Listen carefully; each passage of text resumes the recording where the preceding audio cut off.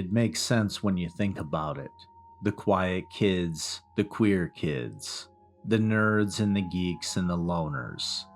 When everyone else is out at bars and clubs until 2 in the morning, sloppy drunk and shoving their tongues against each other's uvulas in front of God and his brother, where are they supposed to go?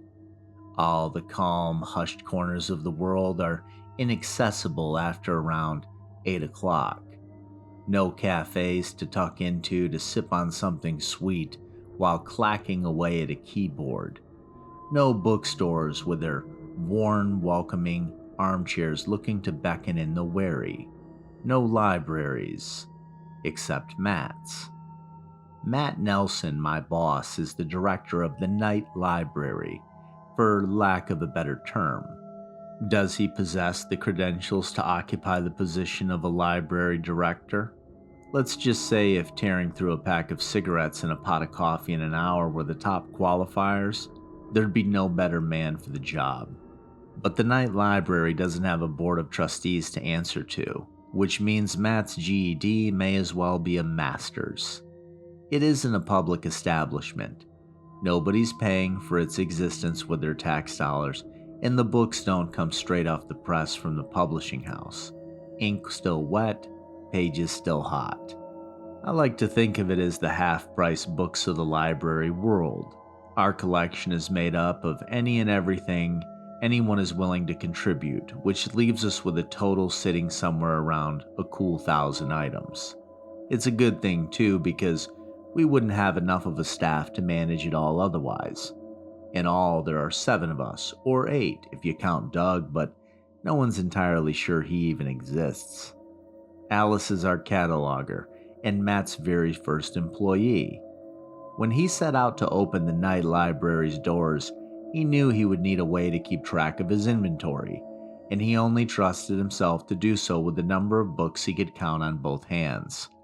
The way he tells it, Alice laughed in his face when he propositioned her.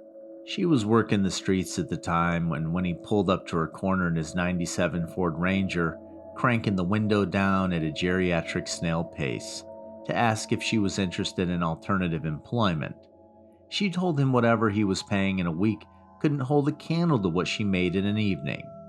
He handed her his card, which was actually the business card for a local nail salon, covered in whiteout and scribbled over with a Sharpie marker, and told her to give him a call if she changed her mind. To this day, she won't tell him why, but when his phone rang smack in the middle of the night less than a week later, it was Alice on the other end. What in God's green hell would anybody want with a library open dusk to dawn? She asked him, once he'd elaborated on the position he was offering. Just let me know, he told her. After Alice came Della. She wandered inside one night in the dead of winter, fingertips purple and eyelashes weighted down with ice. Matt was mopping melted snow out of the entryway, and she stopped in front of him, blocking his path. "Can I help you?" he asked. No response. He took a moment to size her up, gauging the situation, and tried again. "Are you looking for work?" She snatched the mop straight out of his hand. "She's never spoken a word to any of us, but not a speck of dust falls on a single surface before she catches it mid-air. We aren't sure if Della's even really her name. Matt just caught her writing it on a bathroom wall with foam cleaner one night, and when he asked, there was no objection." Horace was next. He'd been a regular patron of the library for quite some time before Matt took notice of the way he meticulously studied the shelves, halting anytime he spotted a misplaced item to correct it before moving on. Matt stopped him as he was straightening a row of outdated medical tents and said if he was going to volunteer his time, he might as well get paid. Jenny followed not too long after, and she was certainly the most forthright of the crew. She marched directly up to the desk just before closing time and said to Matt, "Don't you have a life outside of this place?"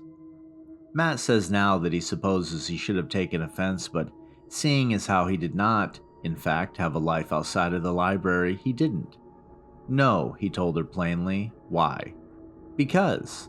Apparently Jenny popped her gum here, which invited Matt to consider banning gum from the premises entirely. Then he thought, given that he'd never banned anything from the premises, gum seemed to be the wrong place to start. You're here like every night. Don't you want some time off? I could run the desk for you. It doesn't look very hard. Okay, Matt said. He gave her a crash course of the circulation system, which isn't a real circulation system at all.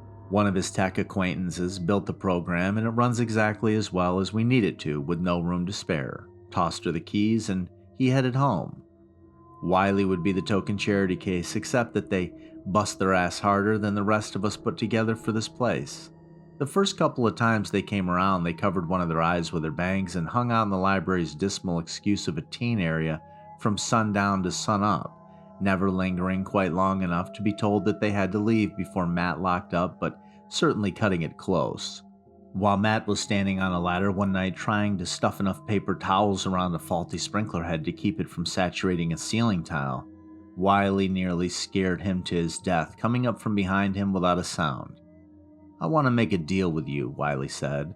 Once Matt had recovered from his miniature heart attack and regained his balance, he peered down the ladder to find Wiley staring up at him, his face fully bared to him for the first time, right eye bloodshot and swollen with a bruise so dark it resembled a pit from beginning to yellow around the edges. All right, he agreed, not bothering to ask what the deal might entail. As it turned out, Wiley's bargain was this: anonymity in exchange for labor. No one can know where I am, Wiley explained. I can give you my legal name or an ID or my social security number. But I'll work hard and I'll do it for free if I can just stay here. I won't run up the water or the electric. I won't turn on any lights or even use the bathroom during the day. It'll be like the building is empty the whole time it's closed, I swear. I just need somewhere to lock myself in. Matt's only conditions were that Wiley A. accept a paycheck and B. keep the arrangement quiet, as he didn't need everyone in a rough spot to come in to him expecting that they could strike the same deal. Wiley then said, I have no one to tell, and then asked where Matt kept his tools. If we've ever had a leak or a blown bulb or a fried computer monitor, it hasn't lasted long enough for Matt to call a repairman before Wiley had it fixed. As for me, it was sort of a fluke that I was hired at all. I don't sleep much during the night. In fact, I've only ever had one day shift job, and my body's internal alarm clock wasn't a fan of that arrangement. I was working overnights at a nursing home before the library, and I happened to pass by on a night off after a walk, too antsy to sit alone in my apartment. I'd never noticed it before, which isn't unusual for me as I pride myself in my attention span's ability to give goldfish a run for their money. But the dim glow emanating from inside among the sea of darkened storefronts stood out like a beacon. My first impression based on the interior of the building was that it had likely been a laundromat in a past life with its paltry concrete floors and low-tiled ceilings. The short, sparse shelves lined along the entryway for new books and special displays, I now know, led me in a natural progression for the circulation desk, where Matt had his face buried in his hands and Jenny was holding open a book next to him that had cracked fully down the spine, loose pages lying haphazardly across the countertop. Can't afford to replace this shit all the time, Matt was saying, muffled by his palms. Whatever. If it's too bad to glue it, just throw it away, I guess. I'm not sure what possessed me to do so, but I took a step forward, fingering the edge of the front cover. I can fix it, I said, and then, as though such a vague explanation would make the situation less awkward somehow, I do that, I fix books. Matt's head raised slowly as though someone had attached it to a string. Got a whole tower in the back. Can you fix all of them? I mean, I'd have to look at them first, I said to him. I've never done it on, a professional level. But my grandpa had some book presses he left me when I was in high school, so I've been doing it as a hobby for 10 years or so, give or take. Matt seemed to mull this over for a moment. Most of what we've got, not anything special, but there are a couple of collector's items here and there. Signed copies, first editions, stuff like that. Can't find them damn near anywhere. And if you do, people want a pretty penny for them. What's your name? Adam, I said. Matt stuck his hand across the desk. Welcome aboard, Adam. When can you start? That was 3 years ago, which doesn't sound like a ton of time, granted, but there are some things around here you have to get used to quick, so that by the 3-month mark, you feel like a seasoned vet. Every place has its odd little ins and outs, of course, and we've got plenty. The back door next to the dumpster sticks from the outside, so we have to prop it open to take out the trash unless we want to walk it out to the front. One of the bathroom lights is finicky. When the switch is flipped, they all shut off, but the very center panel in it takes a few tries to make it cooperate. Our power gets knocked out so easily in storms that we've got about a metric fuckton of battery-operated fans to keep cool and a whole manual checkout system for when the computers are down. But as inconvenient as these little quirks can be at times, they're things we're all more than happy to deal with day to day. Matt's a good boss. He takes care of us with what little means he has. We don't get benefits, but he pays us for a full week of sick days each fiscal year, and we get paid holidays off. If we have something going on that we need to miss for, he never says no. We essentially set our own schedules, and there's no minimum to the number of hours we can work so long as we're cool with a cut on our checks. The break room stays stocked with generic snacks and off-brand sodas, and as long as we're not tending to a patron, he genuinely couldn't care less whether we're on our phones listening to music as long as our work is done. We don't have a dress code, no staff meetings, no 8-hour trainings.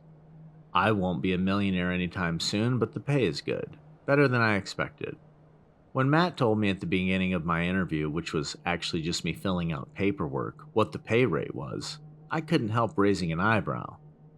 I don't have a college degree, I informed him, in case somehow he'd confuse me with someone whose life was far more put together, or any experience in the field, technically. I know, he said, just think of it as incentive. I hope it's enough to keep you around. I didn't understand at first what the hell that was supposed to mean. We're in a slightly rougher area of town, so I figured maybe we'd run into the occasional dispute or keyed up addict. Then I finished my entry packet and flipped it over to find the last paper on the table, simply titled, Staff Rules. They read as follows. Rule number 1. If you come across a man named Doug, tell him that of course you recognize him. Furthermore, ask why he's introducing himself as you've worked together since you were hired. He will laugh and ask for your forgiveness for being so forgetful, at which point you should be clear to go about your day. However, if he happens to ask if you think he's doing all right at his job, be sure to tell him he's doing so well that if he ever left, we could never hire someone else to take his place. Rule number 2. There is no pool in the library. Not in the basement, which does not exist, nor on the roof.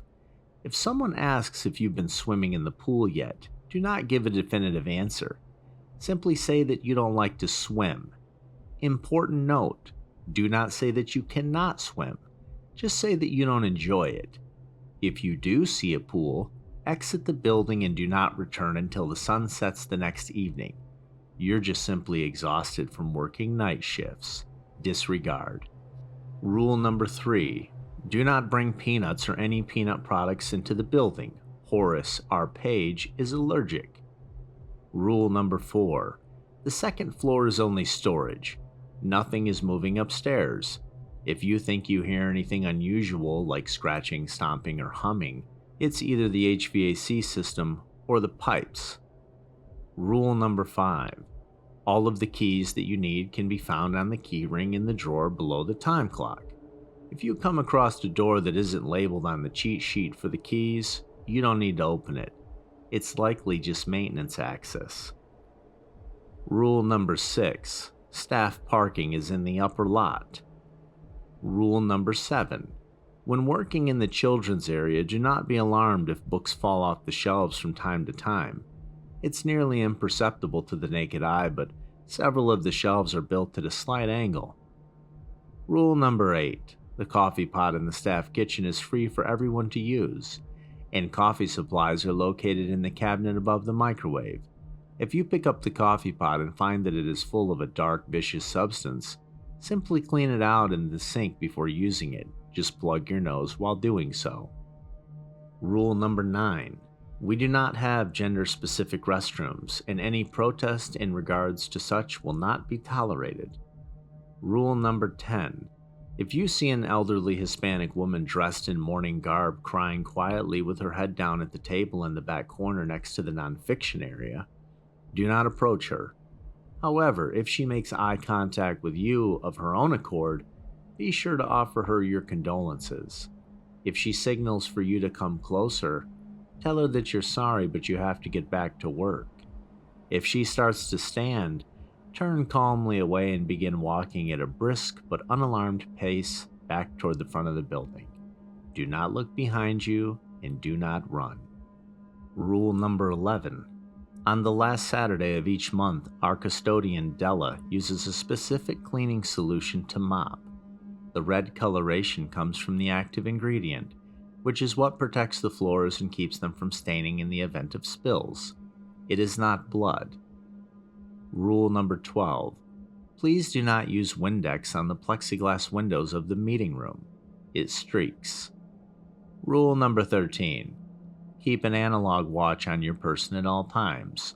If you ever feel that too little or too much time has passed since you entered the building, consult it rather than your phone or the clock on the computer. Whatever it says is correct. We look forward to working with you, and welcome to the Night Library. I've had several experiences worth recounting, to say the least, but the first story that comes to mind is in regards to Rule 2, so I thought I'd share it with you today. I'd been working at the Night Library for exactly 7 days, 4 shifts, but it was 1 week to the day since I'd been hired, and everything was going surprisingly smoothly. As any sane person would do, I had put the list of rules out of my mind, gathering that they were nothing more than a tactic to haze new employees, assuming that I would have a leg up on them if I didn't acknowledge the list at all. I hadn't even mentioned it when I'd finished filling out my entry paperwork, and it simply slipped into my locker and handed the rest in to Matt. Oh, I was asked about it, of course. Several times over the course of the following nights, various coworkers approached me to inquire as to whether anything had happened to me yet. When I asked what they meant, the response was always some variation of, the rules. And I would just snort and roll my eyes and be on my way. On the evening of my 4th shift, I had stepped away from the little hole in the back office that Matt had set up as a book mending station for me and was briefly helping Jenny out. We were unusually swamped at the desk, and Matt had taken off for the night, so I figured she could just use a little extra manpower. We'd worked our way almost entirely through the line, and when the face of the last patron finally surfaced from the crowd, Jenny was still busy with someone else, so naturally it was me they looked to. "Hi," I said. "What can I do for you?" That was when I noticed their eyes. There wasn't anything wrong with them, not technically. They were dark, but not unnaturally so. Not bloodshot. The pupils were abnormally large. But there was something behind them that... No, let me try that again. There was nothing behind them. That was the problem. I looked away. "Pool," they said. I cleared my throat. "What?" "Pool. Your pool. I need help finding it," they said. I laughed, and a cool air of relief washed over me. They looked soulless and creepy as hell on purpose, of course. Matt had put them up to this. Or if not Matt, one of the other employees. "Sorry, buddy," I told them. "That's not going to work on me. Nice job, though. You kind of freaked me out for a second." The patron said nothing, just ever so slightly furrowed their brow and tilted their head to the side as though they didn't understand what I was saying. "I said I need help finding your pool," they repeated. I leaned partway across the counter, lowering my voice so that Jenny wouldn't overhear. She seemed preoccupied enough, but you never quite know with her. "Look, dude, I don't want to spoil the fun for everyone, so I'm going to let them think they're pulling one over on me for a while, okay? But I'm not buying it. I'll walk away from the desk with you, but once we're out of the line of sight, you can drop the act. There's no pool here." They then turned and began heading the opposite direction. I quickly ducked out from behind the counter to follow. We walked in silence until we were safely hidden in the stacks, and then I stopped, reaching out to place a hand on their shoulder. "All right, pal, I think we've made it far enough." They faced me, and I waited for the facade to fall away, but it didn't. "Your pool," they recited once more. Slowly, a quiet unease began to creep up my spine. I managed. "Where is it?" they said again. For a moment I considered. There was absolutely no way in hell that any of this rule bullshit was real. But why were they so dedicated? "Is Matt paying you to do this?" I said. They stared blankly back at me, the same dead eyes as before, unblinking and cold. "Where is your pool?" they demanded icily. As little stock as I had put into this list, it had, in its absurdity, stuck with me in a way that made it difficult for me not to recall near to every detail. There is no pool in the library, I remembered reading, and then, not in the basement, which doesn't exist. It's in the basement, I said, fearing that the next query would be where the basement was located, but no more questions came. Instead, the patron nodded and left me alone between Stephen King and Leanne Mortieri. I shouldn't have followed them. For countless reasons I shouldn't have, but I needed to know what was going on. So I peeked around the edge of the shelf, ensuring that I'd given them enough leeway not to take notice of me trailing them, and then I set off. They were headed toward the children's area, which was entirely across the building from where we'd just been, and I was forced to keep my pace brisk so as to not lose sight of them. They bobbed and weaved in and out of my view, but I always managed to catch up just before it was too late. We traversed through the baskets of puzzles and blocks, along the dingy train mat thrown thoughtlessly across the largest expanse of open floor, and somewhere to my right, a read-along book that had been left open was stuck on a loop of animal sounds. We passed by the library's small collection of secondhand leapfrog learning pads and stepped over a spilled bin of well-worn stuffed animals, me keeping as quiet as I could all the while. Finally, we reached the rear wall, and I saw something I'd never noticed before. There was a door. Nothing about it was special or notable in the slightest. It was a metal rectangle that had been painted the same deep, flat shade of blue as the building's exterior doors, and it was fitted with an identical window so high up I would have needed a ladder to see what lay beyond it. As was the only logical next event in our sequence, the patron approached it and turned the handle, which opened to them fluidly and without issue. Half of me hoped it would do the same when it was my turn. Half hoped it wouldn't. The door wasn't loud. I wasn't particularly concerned that they'd hear me breach it once it had fallen closed behind them, but just to be safe, I counted off 10 Mississippis before easing it open and slipping inside. Immediately, I was immersed in darkness. It would have been total had it not been for the dim glow permeating through the bottom of the set of descending steps before me. My brain, scrambling to compute, insisted that the lack of a basement in the building must have been part of the elaborate ploy. The fact that I'd never noticed the door didn't mean it didn't exist. Clearly it did, as I just used it. I'd only been here a week. It wasn't like I had a chance to explore every cubic inch of the place. Taking a steady breath, I mentally chastised myself for being so gullible and started down the stairs. It took longer than I felt it should to reach the end, far longer, but I chalked it up to anticipation and kept on until I reached a level, concrete platform. The only turn to make was a right one, so I took it, drawing steadily closer to the disembodied light source. I traveled down a narrow corridor, minding my step, once I realized that the floor was covered in about 8 inches of water, just enough to result in a soft, echoing splash if I swung my foot down with enough force. I didn't hear anything ahead of me, but the patron hadn't preceded me by much. They had to be fairly close. Soon the hallway opened into what I understood to be the basement. Beams and pipes littered the ceiling in an impossible maze, and I found that the light I'd been following was produced by a single, low-wattage bulb suspended from the rafters by a wire. I could see the center of the room clearly, but the edges blurred back into shadow. Straight ahead, I thought something shifted, but I couldn't be sure. Considering that I was out in the open with nowhere to hide, I called out a reluctant, "Hello?" No direct response came, but there was a quiet skittering from the same area where I thought I'd seen motion, so I moved toward it against my better judgment, squinting in an attempt to make out a shape of any form. When I finally settled on one, it was the yawning black mouth of an entryway. Almost blindly, I felt my way forward and stuck my hand inside to be met with empty air.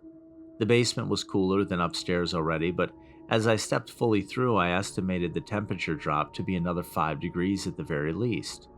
The water that had veiled the floor from the bottom of the stairs had never receded, but it grew a hair deeper here, just enough so that it began lapping at the canvas above the soles of my shoes. "Hello?" I asked again. Too unsure of my surroundings to go any further, I stood my ground and listened intently. This time, I could swear I heard a faint splash. It's difficult to explain what happened next. It was as though a film of a sort lifted from the entirety of the premises, and with it the darkness. Not like someone had flipped on a switch, more like opening a blackout curtain. That's when I realized that it was because something was emerging from underwater. Before I go into detail about that, let me set the scene for you. As soon as my environment was illuminated, my heart gained sentience and decided there was no time like the present to explore the outside of my chest. I was the origin of freeze being tacked onto the old fight or flight adage, but once I'd thawed, I took a liberal, stumbling step backward, so close to the space my toes had just inhabited that I'd have been done for had I allowed myself so much as a readjustment. There was a pool, or rather a pit full of water so dark and deep it appeared bottomless. Something about it affected my perception of the rest of the space. It was all so encompassing that everything around it seemed to be pulling toward it as though it was the center of gravity, dizzying and cloying. Thankfully, however, my focus was instantaneously directed elsewhere. Have you ever seen an anglerfish? I assume you have, but if not, take a second to Google it. What had arisen from the depths of the pool grave greatly resembled one in several respects, the most notable being the giant pulsating bulb protruding from the center of its head and dangling in such a way as to perfectly illuminate the second most notable feature, the teeth. The most prominent difference between the thing before me and a traditional anglerfish was the size. For example, a fully grown anglerfish generally reaches the length of a ruler, but has on rare occasion been known to scarcely outgrow a yardstick. A yardstick may have been a match for a single dagger-like protrusion jutting like a staglamate from this creature's jaw. I immediately ran, slipping along the damp floor and barely catching myself on the walls several times before finally finding myself in the stairwell again. I began ascending with it, all the force and swiftness in my being. They say the drive home always feels shorter, and this was apparently applicable to the trip up the stairs from the gate to hell versus down the stairs to it as well, because it felt as though not a second had passed before I was shoving the door open and collapsing onto the carpeted ground outside to catch my breath. When I got my bearings and stood, glancing quickly over my shoulder to be sure I hadn't inadvertently invited anything to accompany me out of the basement, I felt my stomach plummet. The door was gone. I looked insane by the time I made it back to the desk, and Jenny wasn't shy about telling me so. "What happened to you?" she asked. "Did somebody waterboard you, or is that sweat?" "I saw it," I told her. "I saw the pool." She cocked one brow, eyes minutely widening. "Welcome to the club, newbie. Get out of here. I'll see you tomorrow." I immediately left. Needless to say, I started studying that list of rules like gospel the next night, and never questioned it again. It's saved my ass a few times now, as it has everyone's here. And before you ask why I don't just quit my job, why any of us haven't, I have to admit that I don't have a solid answer for you. The money is definitely part of it. Matt knows what he's doing, buttering us up, giving us incentives not to seek out alternative employment. He keeps the staff small and cuts corners pretty much anywhere else he can so he's able to pay us what he does. But there's something else too, something too intangible to verbalize. And it's unspoken between the lot of us that the sensation is mutual. We're supposed to be here. We're supposed to be at the night library. And I don't know if it would take too kindly to us leaving. So if you ever come visit, make sure that you follow all of the rules.